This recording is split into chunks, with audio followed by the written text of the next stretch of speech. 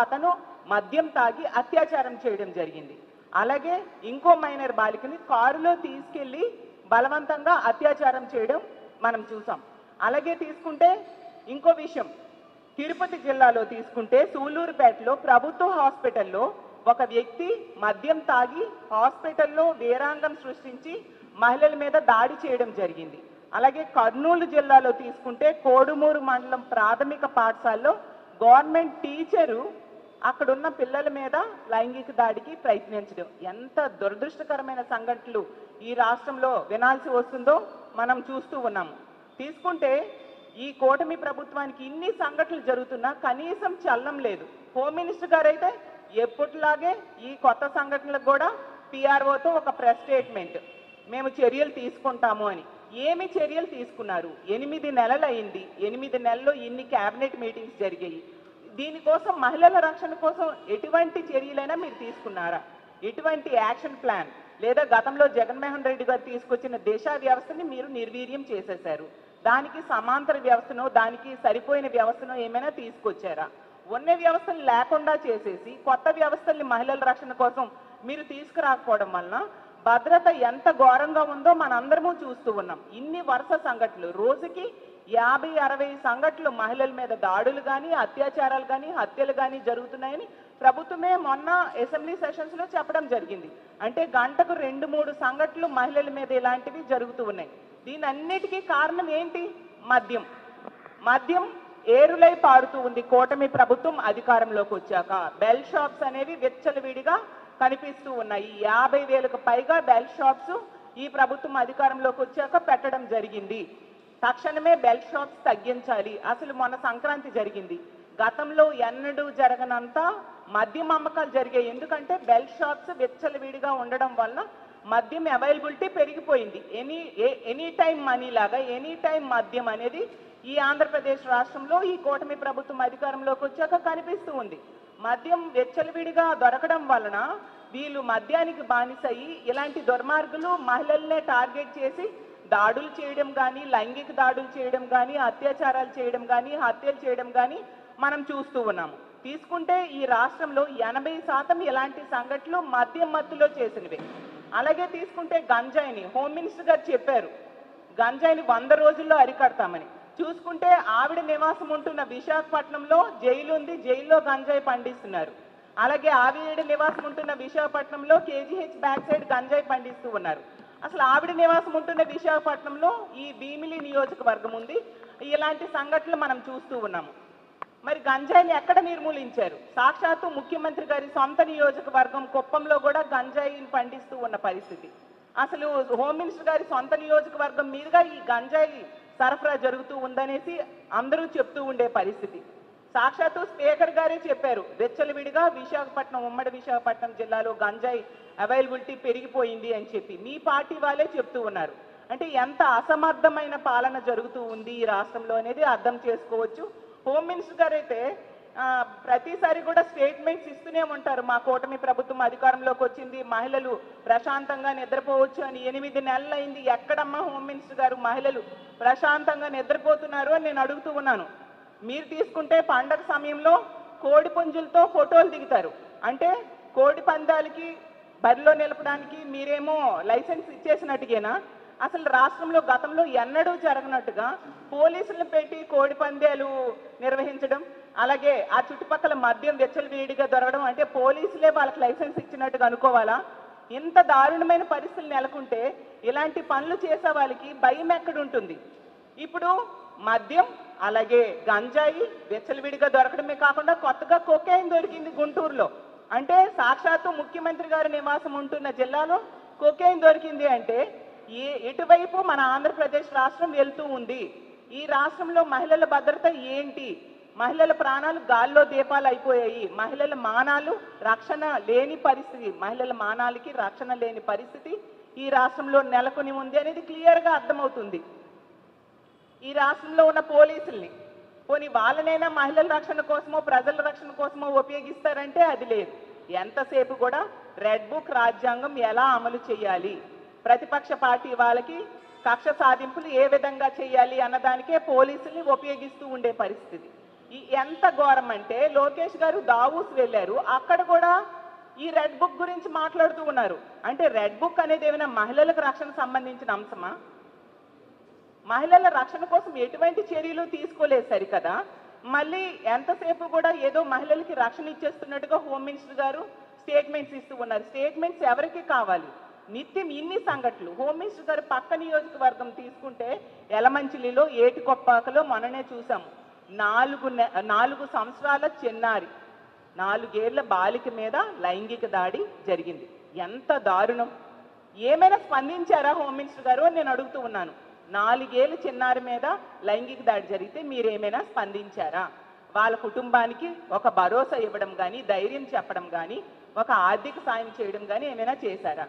మీ పక్క నియోజకమైన యలమంచిల్లో గతంలో రాంబెల్లిలో దర్శిని అనే అమ్మాయికి సురేష్ అనే వ్యక్తి ఇంటికి వెళ్ళి కత్తితో పొడిచి చంపేశాడు. ఆ కుటుంబానికి ఇప్పటికి ఇన్ని నెలలు అయిపోయింది. ఆ సంఘటన జరిగి ఇంచుమించు 6 నెలల పైగా అయ్యింది. ఇన్ని నెలలైనా మీరు పక్క నియోజకవర్గమే ఒక 100-200 సార్లు ఆ పక్క నుంచి తిరుగుతూ ఉంటారు కదా. ఆ కుటుంబానికి ఏమైనా మీరు వెళ్ళి ధైర్యం చెప్పడం కానీ, ఆర్థిక సహాయం కానీ చేశారా? ఈ రాష్ట్రంలో మీరు తీసుకుంటే ఇన్ని సంఘటనలు జరుగుతూ ఉన్నాయి. ఏ సంఘటన కూడా ప్రభుత్వం పట్టించుకున్న దాఖలాలు లేవు. కొన్ని సంఘటనలు ఎక్కడైనా వీళ్ళు పట్టించుకున్నారు అంటే ఏవైతే జగన్మోహన్ రెడ్డి గారు పరామర్శకు వెళ్తారో అక్కడికి మాత్రం హోమ్ మినిస్టర్ గారు వాళ్ళ మంత్రుల్లో తొందరగా వెళ్ళి జగన్మోహన్ రెడ్డి గారి కంటే ముందు క్రెడిట్ ఏదో కొట్టేయాలి అన్న టైప్గా వీళ్ళు వెళ్ళి పరామర్శ చేస్తూ ఉంటారు తప్ప వీళ్ళు స్వతహాగా వాళ్ళంతటి వాళ్ళు ఈ కుటుంబానికి ధైర్యం చెప్పాము, ఈ మహిళకి ధైర్యం చెప్పాము అనే సంఘటన ఎక్కడ కూడా మనం చూడని పరిస్థితులు నెలకొని ఉన్నాయి. అంటే ఎంతసేపు రాజకీయాలు చేయడం, లేదా ఇసుక లెక్కర్ వీటిల్లో ఎలా సంపాదించాలి అని ఆలోచించడం, లేదా పదవుల కోసం ప్రాకులాటలు. సీఎం పదవి, డిప్యూటీ సీఎం పదవి కావాలి అనుకుంటూ కోట్లాడుకోవడం, వీటి మీద కనబరుస్తున్న శ్రద్ధ మహిళల మాన ప్రాణాల రక్షణ కోసం మీరు చూపెట్టట్లేదు అనేది క్లియర్గా తేట తెల్లమైపోయింది. ఈ రాష్ట్రంలో ఉన్న కూటమి ప్రభుత్వానికి, ఈ రాష్ట్రంలో ఉన్న మహిళలందరి తరఫున నేను వేడుకుంటూ ఉన్నాను, బెల్ షాప్స్ తొలగించండి.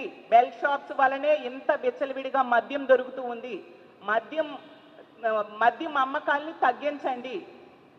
లేకపోతే ఖచ్చితంగా బెల్ షాప్స్ దగ్గరికి వెళ్ళి మా వైఎస్ఆర్ కాంగ్రెస్ పార్టీ తరఫున, మహిళల తరఫున మేమందరము కలిసి బెల్ షాప్స్ మేమే ధ్వంసం చేసే పరిస్థితి రానున్న రోజుల్లో మీరు చూస్తారు.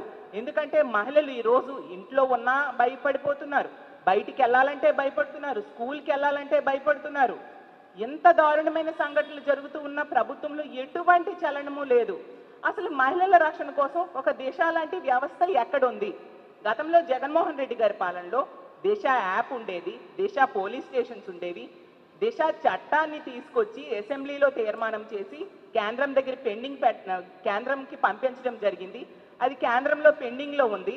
మరి దానికి మీరు కూటమి ప్రభుత్వమే కదా, ఆ దిశని పేరు కావాలంటే మార్చుకోండి. ఆ దిశ చట్టం కేంద్రం దగ్గర పెండింగ్లో ఉన్నదాన్ని అమలయ్యేట్టుగా ఎందుకు మీరు చేయట్లేదు? దిశ యాప్ అసలు జగన్మోహన్ రెడ్డి గారి ప్రభుత్వంలో ప్రతి మహిళ కూడా, అంటే 1,30,00,000 మంది మహిళలు దిశ యాప్ డౌన్లోడ్ చేసుకున్నారు. ఆ దిశ యాప్ ఉండడం వలన ఎంతో ధైర్యంగా ఫీల్ అయ్యేవారు ఆ రోజుల్లో. దిశ యాప్లో SOS బటన్ కనుక నొక్కితే కేవలం 10-15 నిమిషాల్లోనే పోలీసులు వచ్చి రక్షణ కల్పించేవారు. మరి ఇప్పుడు ఏదైనా మహిళకి ఇలాంటి కష్టం వస్తే ఏ వ్యవస్థని వాళ్ళు కాల్ చేస్తే మహిళలకి రక్షణ దొరుకుతుంది? మీరే చెప్పండి. ఎంత నిర్లక్ష్యంగా మహిళల భద్రత కోసం మీరు వ్యవహరించడం నిజంగా దారుణం. ఖచ్చితంగా దీని మీద చర్యలు తీసుకోవాల్సిన అవసరం ఉంది. ఇన్ని వరుస సంఘటనలు జరుగుతున్నాయి. హోమ్ మినిస్టర్ గారు నివాసం ఉంటున్న జిల్లా, హోమ్ మినిస్టర్ గారు సొంత జిల్లాలో, ముఖ్యమంత్రి గారి సొంత జిల్లాలో జరుగుతూ ఉన్నాయి. అలాగే డిప్యూటీ సీఎం గారి సొంత నియోజకవర్గంలో జరుగుతున్నాయి. ప్రతి జిల్లాలో జరుగుతూ ఉన్నా కూడా ఎటువంటి చలనం కూడా ఈ ప్రభుత్వానికి కనిపించటం లేదు. ఎటువంటి చలనం లేని పరిస్థితి మనం చూస్తూ ఉన్నాం. కాబట్టి ఎప్పటికైనా కళ్ళు తెరిచి మహిళల రక్షణ మీద దృష్టి పెట్టాల్సిందిగా కోరుతూ ఉన్నాను. ఇలాంటి ఉదాసీన వైఖరి కనుక మీరు అమలు చేస్తూ ఉంటే రానున్న రోజుల్లో దీనికి మీరు మూల్యం చెల్లించుకోవాల్సి వస్తుందని కూటమి ప్రభుత్వాన్ని హెచ్చరిస్తూ తక్షణమే బెల్ షాప్స్ తొలగించాలని డిమాండ్ చేస్తూ, ఇలాంటి సంఘటనలు జరిగినప్పుడు ఈ కుటుంబాలకి ఈ ప్రభుత్వం రక్షణ ఇవ్వాలి, అలాగే భద్రత ఇవ్వాలి, అలాగే ఆర్థిక భరోసా ఇవ్వాల్సిందిగా కూడా మేము డిమాండ్ చేస్తూ సెలవు తీసుకుంటూ ఉన్నాను. ఈరోజు జరిగిన సంఘటన ఏమైనా పరామర్శించారండి? ఎంతవరకు నేను అదే అడుగుతున్నానండి. హోమ్ మినిస్టర్ గారు ఇన్ని సంఘటనలు జరుగుతున్నాయి, రోజుకి 50-60 సంఘటనలు జరుగుతున్నాయని మన అసెంబ్లీలోనే చెప్పడం జరిగింది. అంటే గంటకు 2-3 సంఘటనలు మహిళల మీద దాడులు కానీ, అత్యాచారాలు కానీ, హత్యలు కానీ జరుగుతున్నాయి. అసలు మా పార్టీ నుంచి చాలా సంఘటనలకు మేము వెళ్తూ ఉన్నామండి. మేము వెళ్ళినప్పుడే వాళ్ళకి చలనం ఉంటుంది తప్ప వాళ్ళు ఏ విషయంలో కూడా వాళ్ళు వెళ్ళి ఆ కుటుంబాన్ని పరామర్శించడం కానీ, ఆర్థిక భరోసా ఇవ్వడం కానీ ఎక్కడా జరగలేదు. జగన్మోహన్ రెడ్డి గారు ఆ రోజు గుంటూరు ప్రభుత్వ హాస్పిటల్కి వెళ్తున్నారు అని చెప్పేసి వాళ్ళు ముందు వెళ్ళడానికి ప్రయత్నించడం, ప్రతి దగ్గర కూడా ఈవెన్ ఎందుకు అక్కడ రాంబిల్లిలో కూడా మా పార్టీ వెళ్ళింది.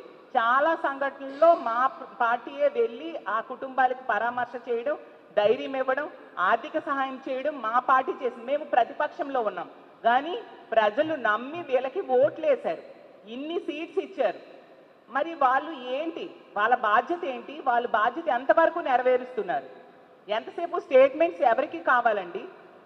మాట్లాడితే పిఆర్ఓతో ఒక స్టేట్మెంట్, ఈ భీమిలి సంఘటన కూడా పిఆర్ఓతో ఒక స్టేట్మెంట్, కఠిన చర్యలు తీసుకుంటాం. ఏవా కఠిన చర్యలు? ఎందుకు పెదగంటేడలో 3-4 నెలల క్రితం ఒక ప్రేమోన్మాది ఒక అమ్మాయి మీద దాడి చేశాడు, ఇన్ని నెలలైంది, అతను ఈ రోజు కూడా ప్రభుత్వం పట్టుకోలేకపోయింది. హోమ్ మినిస్టర్ ఇదే జిల్లాలో నివాసం ఉంటున్నారు కదా, మరి కనీసం దాడి చేసిన నిందితుడిని కూడా పట్టుకోలేనంత అసమర్థ ప్రభుత్వం నడుస్తుందా ఈ రాష్ట్రంలో అని నేను అడుగుతున్నాను. అంత దారుణమైన సంఘటనలు జరుగుతున్నాయి. అత్యంత ఉదాసీన వైఖరి, అత్యంత నిర్లక్ష్యము ఈ ప్రభుత్వానికి ఉంది అనేది క్లియర్గా అర్థమవుతుంది. ముఖ్యంగా హోమ్ మినిస్టర్ గారికి సొంత జిల్లాలో ఇన్ని సంఘటనలు జరుగుతూ ఉన్నా కూడా ఎటువంటి చర్యలు తీసుకోవట్లేదు. మహిళల రక్షణ కోసం ఎటువంటి చర్యలు కూడా ఈ ప్రభుత్వం తీసుకోవట్లేదు. కాబట్టి ఎప్పటికైనా కళ్ళు తెరిచి మహిళల రక్షణ మీద దృష్టి పెట్టండి అని ఈ ఆంధ్రప్రదేశ్ రాష్ట్రంలో ఉన్న మహిళల తరపున వేడుకుంటూ సెలవు తీసుకుంటున్నాను. ఖచ్చితంగా చేస్తామండి. రానున్న రోజుల్లో ఈ బెల్ షాప్స్ కనుక తొలగించకపోతే, ఎందుకంటే గతంలో బెల్ షాప్స్ అనేది జగన్మోహన్ రెడ్డి గారి ప్రభుత్వంలో ఉండేవి కాదు. ఈ రోజు 50,000కి పైగా బెల్ షాప్స్ ఉన్నాయి. మాట్లాడితే వీళ్ళు చెప్తూ ఉన్నారు బెల్ షాప్స్ దొరికితే 5 లక్షలు ఫైన్ వేస్తామంటున్నారు. ఈ ప్రభుత్వాన్ని నేను అడుగుతూ ఉన్నాను, ఎన్ని బెల్ షాప్స్కి వీళ్ళు ఫైన్ వేశారు అనేసి. ఎన్ని బెల్ షాప్స్కి 5 లక్షలు ఫైన్ వేశారు? మద్యం విచ్చలవిడిగా ఏటీఎంలా ఎనీ టైం మద్యంలా ఈ రాష్ట్రంలో మద్యం దొరుకుతూ ఉండే పరిస్థితి. కాబట్టి రానున్న రోజుల్లో ఇదే ఇలాగే కొనసాగితే మా వైఎస్ఆర్ కాంగ్రెస్ పార్టీ తరఫున ముఖ్యంగా మహిళల సపోర్ట్తో మహిళలు అందరం కలిపి ఇలాంటి బెల్ షాప్స్ అన్ని తొలగించడానికి, ఆ బెల్ షాప్స్ పగలగొట్టడానికి మేము పూర్తిగా చర్యలు తీసుకుంటాము.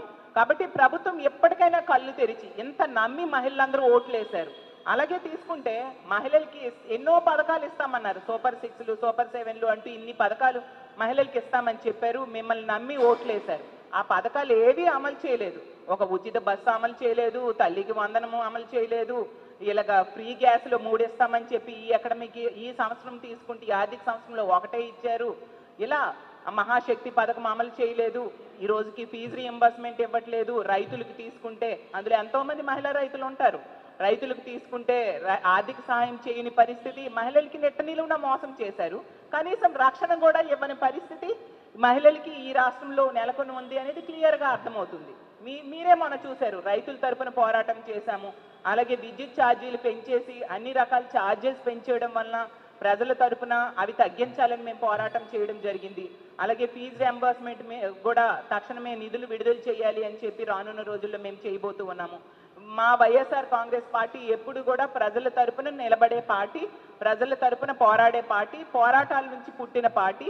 అధికారంలో ఉన్న ప్రతిపక్షంలో ఉన్న ప్రజల కోసమే మా పార్టీ ఆలోచిస్తుంది, ప్రజలకు అండగా నిలబడుతుందని తెలియజేస్తున్నాను. పండగ ఎన్ని రోజులు అయింది సార్? వస్తారు సార్. పండగ తర్వాత అయితే కనుమ రోజే అని కాదు కదండి సార్, వస్తారు సార్.